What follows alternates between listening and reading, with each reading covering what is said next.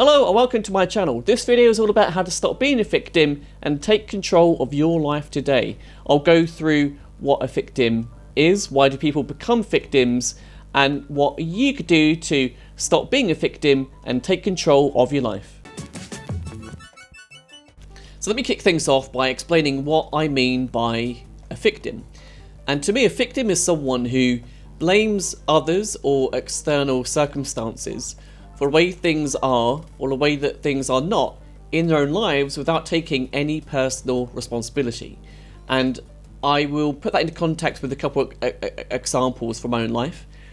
I'm second time married, and when my first marriage came to an end and I was separated, I completely blamed my ex for everything that happened in that relationship. There wasn't a chance in hell that I was responsible for anything that happened. It was all her. You know, it was her fault that we were so distant and that we didn't communicate with each other well. It was her fault that we didn't have fun together. It was her fault that our sex life just fell off the face of the earth. That was all on her. And the way that I would share what happened with my close friends was in a way that they completely agreed with me. I didn't share in a way that showed her side. I just showed completely my side. And you know, my friends would quite often come to me after that point and say, why did you leave her before? We knew that this was going to happen. It's funny, isn't it, how our close friends only really share what they think about our partners once we're separated. Anyway, another example is in my business career, my career as a writer. And this happened a few years ago when I was writing a screenplay. And I got this script up to a point where a producer said, it's really good, just needs a little bit of touching up. I panicked, and I thought a bit of touching up meant that I should get a co-writer. So I got a co-writer on board. We worked really well for the first 3 months together. And then after that, he virtually disappeared. I did 98% of the work from then, he did 2%. I got the project up to a point where we were primed to get $2 million worth of investment. And the producer came to me just before we were about to kind of secure the investment, and he said, look, do you have any contracts I don't know about? Because it's really important that before I take this to my investors, we get all the kind of paperwork really flat. And I said, well, yeah, there's this contract I entered with my co-writer. It doesn't really mean anything, but look, take a look. And he took a look, and what he found in the contract, in some of the small print, was that there were all these clauses for back-end points and profit points. So if the film made a profit, then the writers would get a hefty chunk of that profit. And that doesn't happen in the world of filmmaking unless you're someone like Quentin Tarantino. If you're Quentin Tarantino and you write a film script, then yeah, I'm sure you could demand whatever the hell you want. But for your first feature, you can't. Anyway, I took the script back to the co-writer, asked him to renegotiate. He wouldn't. To cut long story short, it took me the best part of a year to get him to renegotiate and come back to the table. And at that point, I was like, you know what? I'm done.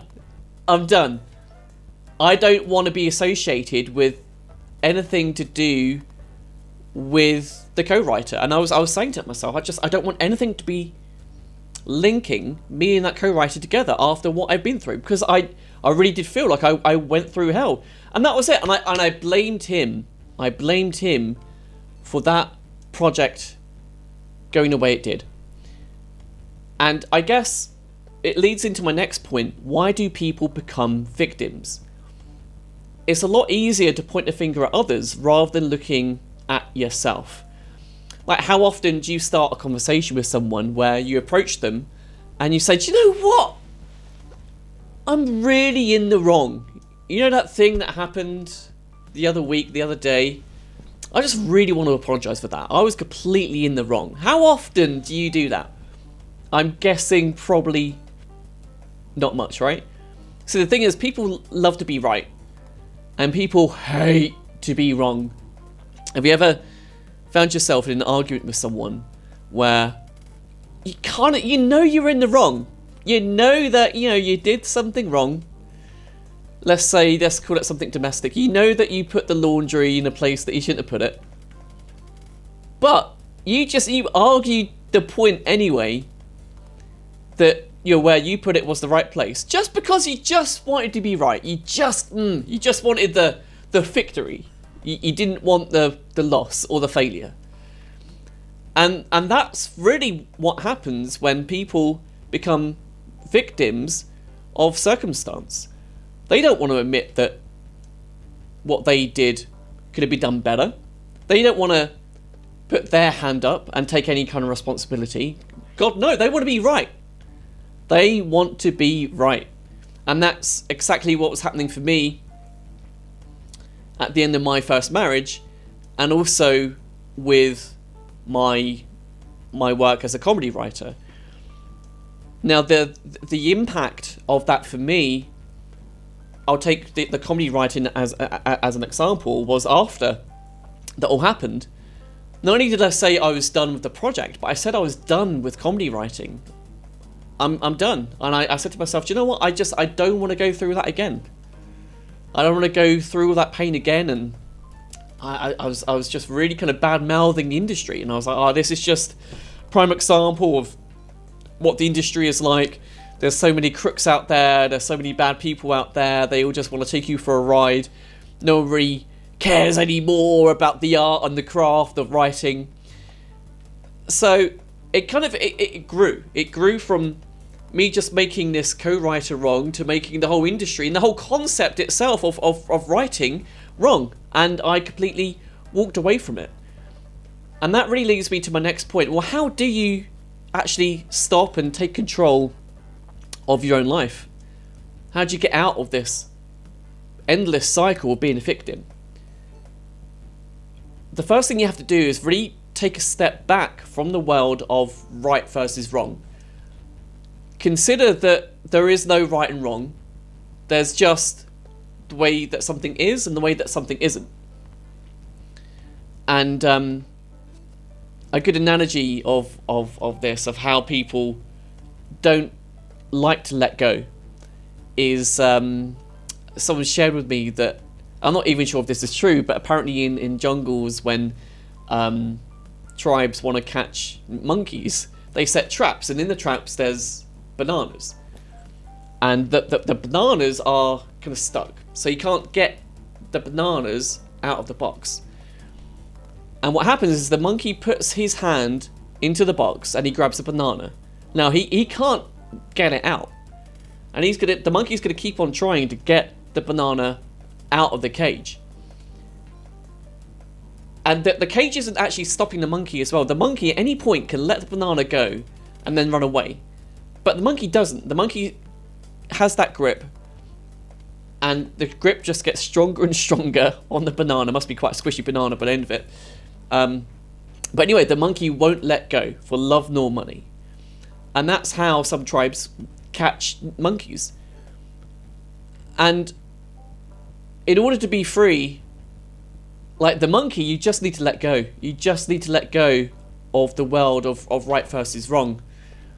And consider that you are 100% responsible for the way that things went. 100% responsible for the way things went.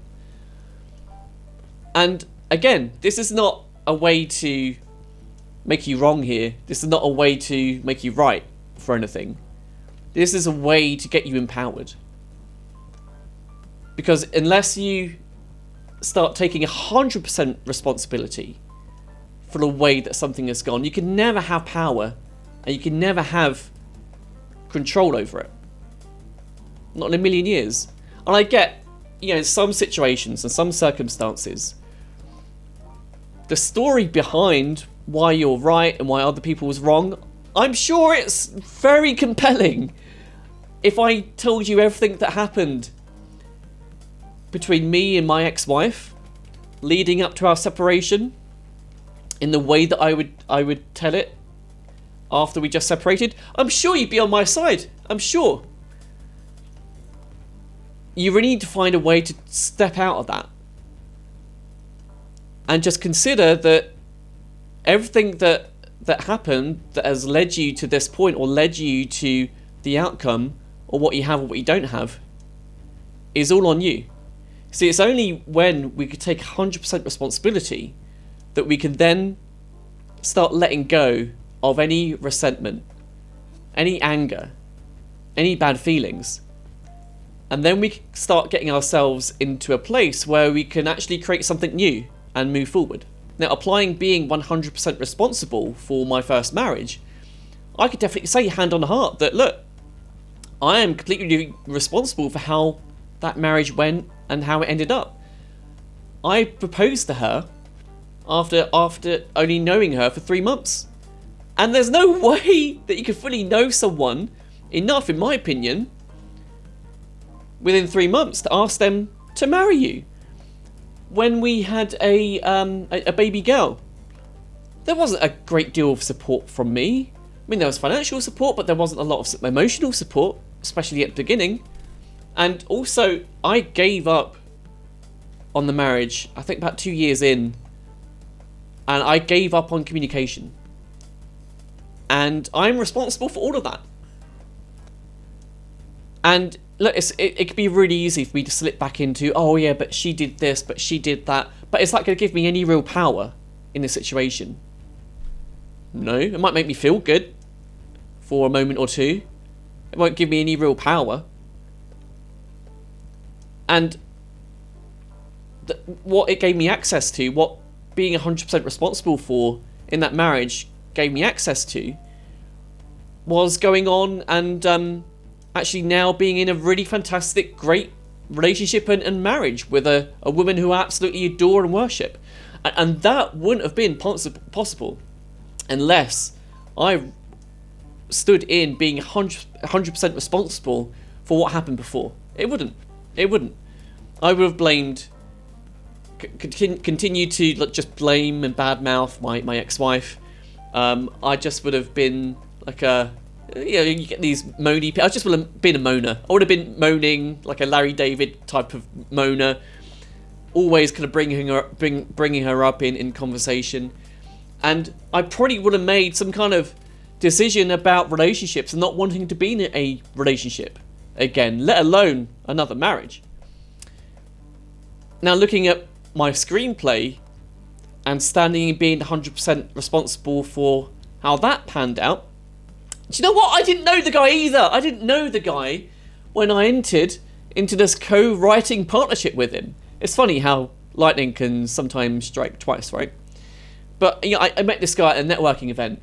We had 1 or 2 conversations on the phone. I hadn't even read anything that he did. He sent me 1 or 2 scripts, and I think I read 1 or 2 pages, and I was like, well, yeah, it's not terrible, but I wasn't bowled over. I didn't spend the time to really find out if we were on the same wavelength or not, let alone what he was like in business. And I'm responsible for that. I was being desperate. I was being really desperate. And I tell you what, that there were a few months after this happened that I didn't take full responsibility. And in that time, not only did I say, right, I'm done with the project, thank you and good night, but I said I was done with comedy writing. I made the industry wrong, and I made comedy writing wrong as a whole, as I mentioned before. And if I didn't take full responsibility, I wouldn't now have 3 active production projects, one of which a pilot is due to be complete animation in the next couple of weeks. That wouldn't have happened. No way. My focus and attention would have gone somewhere else. So, to really answer the question of this video, which is how to stop being a victim and take control of your own life, I did have to double check that. It is all around responsibility and standing in, being 100% responsible for the way your life is and the way your life isn't, while being separate and taking a step back from the world of right versus wrong. Now, if you do that, I'm sure you are going to get a lot more power in your life, a lot more power in your relationships, and I think life is going to work a lot better for you.